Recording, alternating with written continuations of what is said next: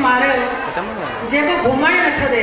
वो तो मुर्स ज़ाल के इज्जत दे पर हे मारो मुर्स एड़ो नथो तस जो ज़ाल के घुमण नथो दे। त आए पेश करे रहा आहियूं एड़ो तो मुर्स मारियो जेको घुमण ही नथो दे।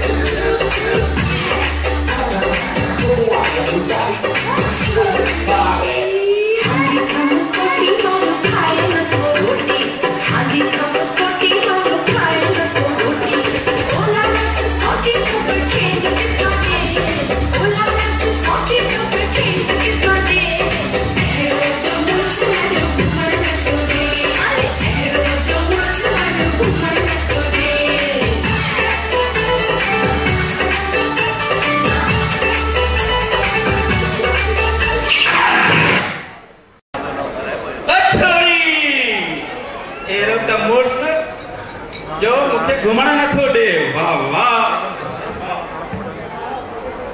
मां इन से जवाब ॾींदुमि।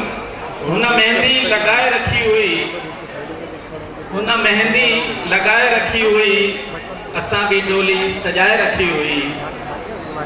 असां खे पतो हो कि निकरंदी हुआ बेवफा, असां खे पतो हो कि निकरंदी हुआ बेवफा।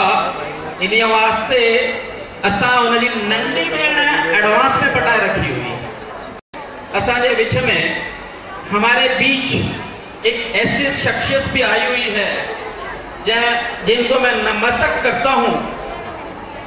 चाहने वाले उनके बहुत है यहाँ देखते हैं, मगर कभी कभी याद है उनको गुजरा जमाना।